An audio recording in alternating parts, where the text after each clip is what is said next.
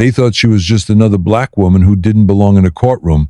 The judge laughed. The lawyers smirked.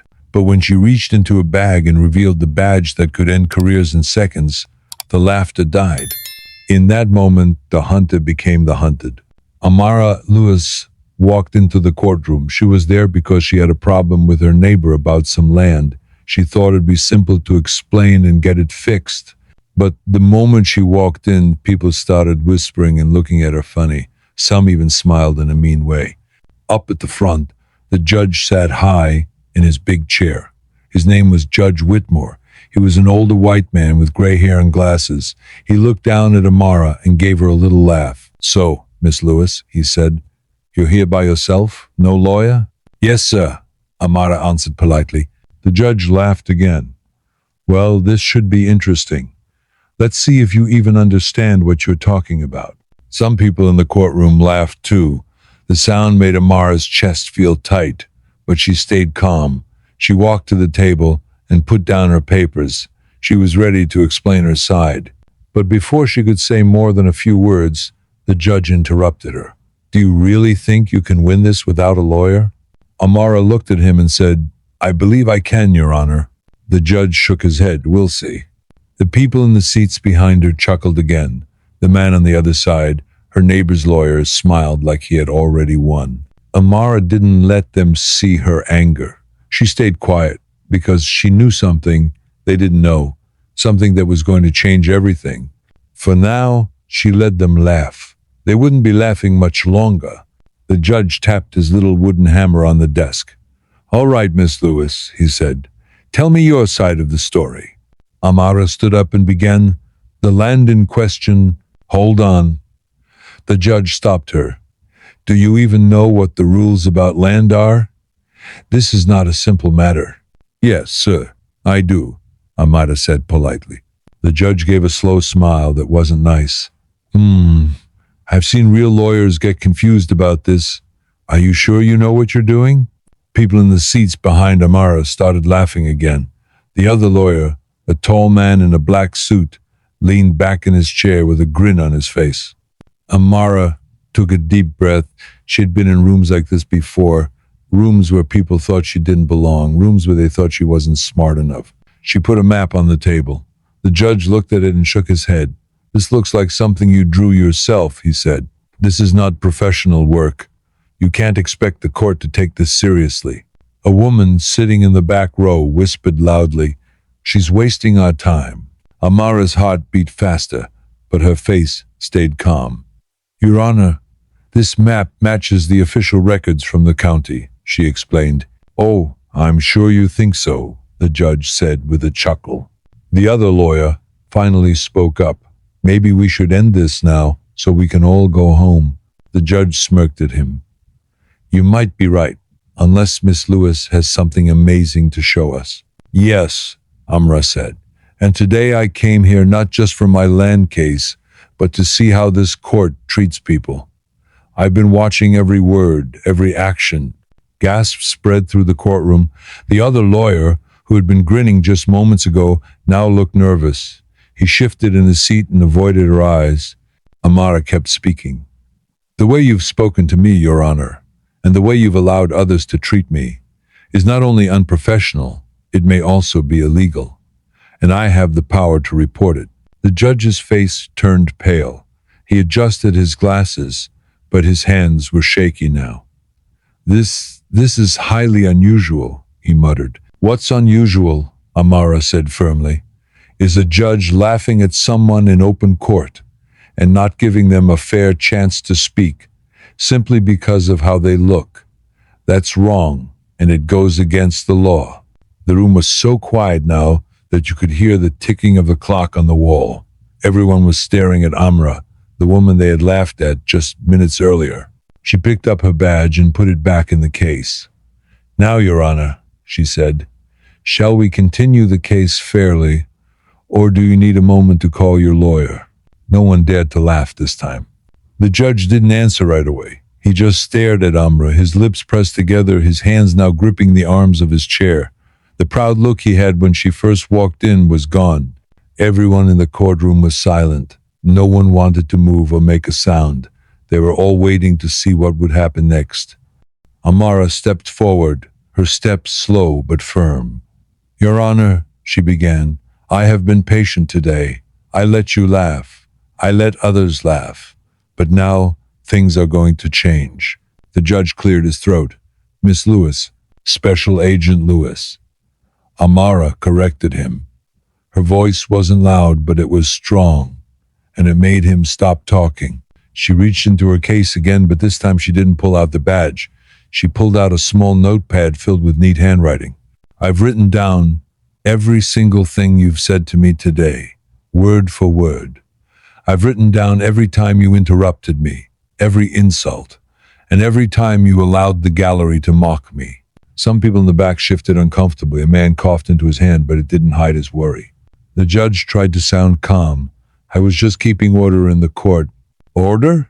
Amara said, raising an eyebrow. "Order means fairness. It means respect. It does not mean laughing at someone before hearing their case. It does not mean treating them as less because of how they look." The other lawyer, Mr. Reed, finally spoke. "Agent Lewis, maybe we can—" She turned to face him. "You joined in the laughter, Mr. Reed. You encouraged it. I have your comments written down too. Do you want me to include your name in my report?" Mr. Reed's mouth opened, but no sound came out. He sat back down quickly. Amara turned back to the judge. "You have taken an oath to be fair to everyone, no matter who they are. But today, you failed that oath. And as a federal agent, I am required to report misconduct like this." A woman in the back whispered to the person next to her, "He's in trouble now." The judge's cheeks turned red. He shifted in his chair, looking smaller than before. "Perhaps I may have spoken too quickly," he said. "Perhaps," Amara said. "No, Your Honor, you did.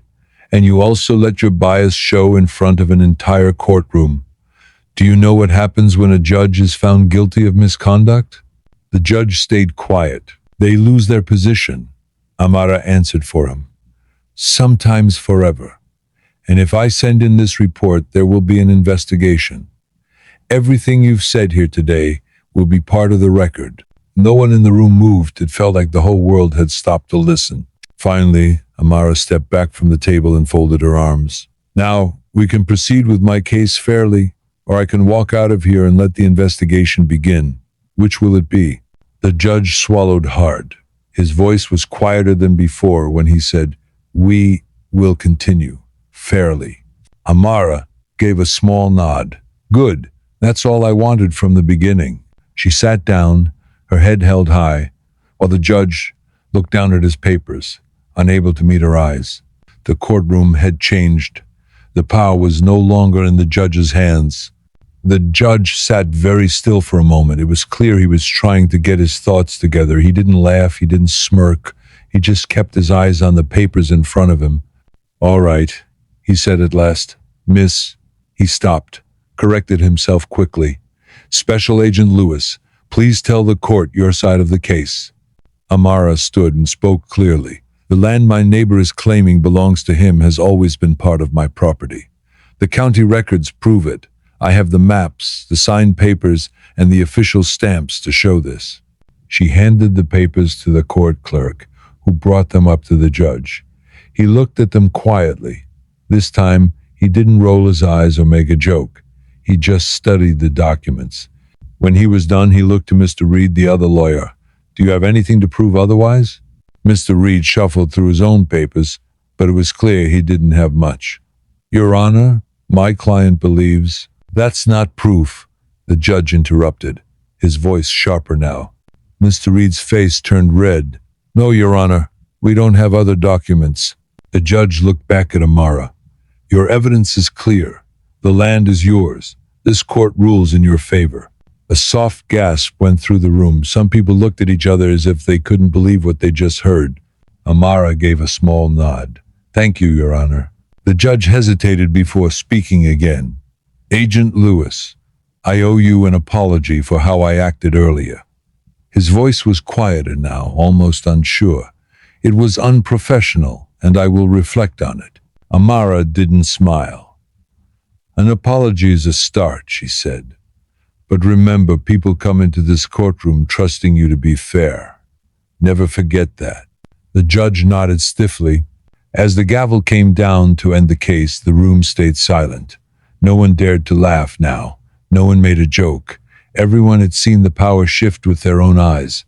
Amara picked up a badge case and her papers. As she walked toward the doors, the people sitting in the gallery moved their eyes away, some looking embarrassed. A few even gave her respectful nods. When she stepped outside, a small group of reporters was waiting. Cameras flashed, and one of them asked Agent Lewis, "Is it true you just exposed a judge for misconduct?" Amara didn't stop walking. "My job," she said, "is to protect justice no matter who stands in the way." The reporters kept asking questions, but she didn't answer. She simply walked down the courthouse steps, her head high, her stride steady. That night, news channels across the city showed the story. Federal agent confronts judge in his own courtroom, scrolled across the screen. The video of her pulling out her badge played over and over. The next day, word came that Judge Whitmore was now under official investigation for his behavior. The court system had to take it seriously after all. The whole country had seen what happened. As for Amara, she went back to her regular work. She didn't need applause or headlines. She was just glad the case was over and that she had stood up for herself. She knew there would be other days, other battles. But this one she had won, and the people who had laughed at her that morning would never forget the moment their laughter stopped. Thank you for watching. If this story resonated with you, please subscribe to our channel for more impactful stories that shed light on injustice and the fight for equality. Share your thoughts in the comments below, and let's continue the conversation on fairness, respect, and the importance of standing up for what's right. Until next time.